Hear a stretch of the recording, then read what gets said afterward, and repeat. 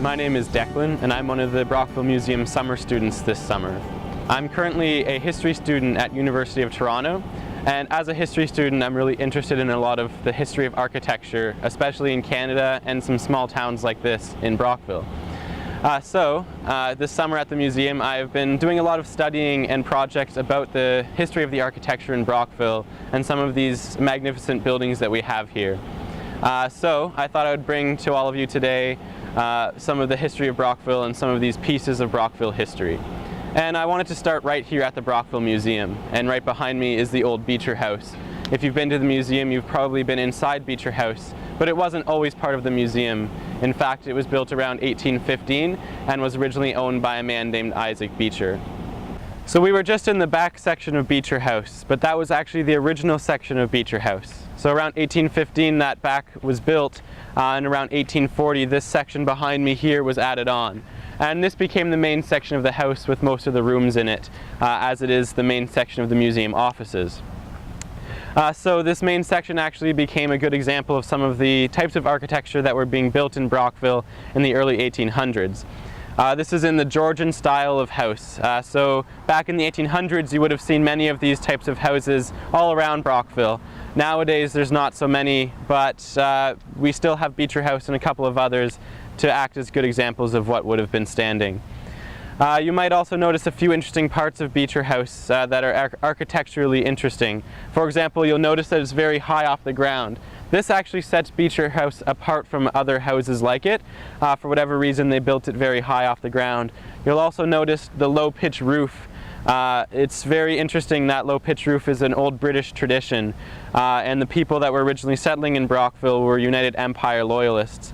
So they wanted to remain loyal to the British traditions, and that's a good example of the ways that they would have done that. So this is the Beecher House, and this is a good example of the early 1800s architecture in Brockville. So we were just outside the Brockville Museum taking a look at the old Beecher House. And while Beecher House is still standing, and we're lucky to have that, some of the buildings of Brockville are not so lucky and have been taken down over time. So the current temporary exhibit inside the Brockville Museum takes a look at some of the pieces of Brockville history that tell the stories of some of these buildings. So this exhibit was opened earlier this year, and it's on exhibit until April of 2019. So we have some of these artifacts in the Brockville Museum that tell the stories of these buildings.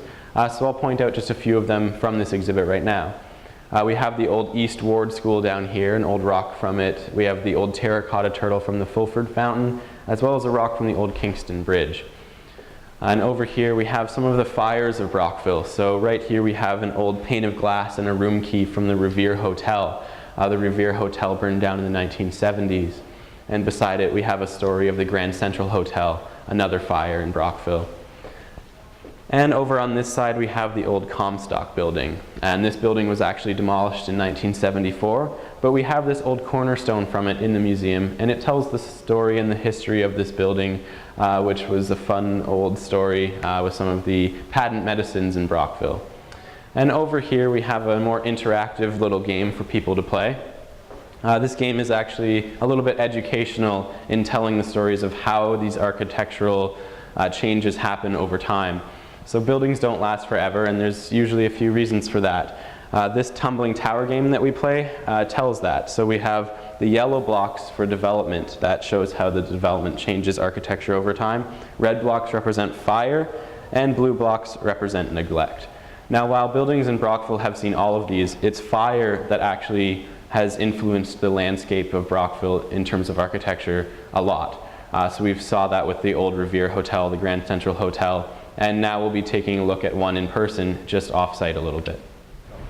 So here we are outside of the old Fulford block in Brockville, and this section of buildings was originally built around 1889.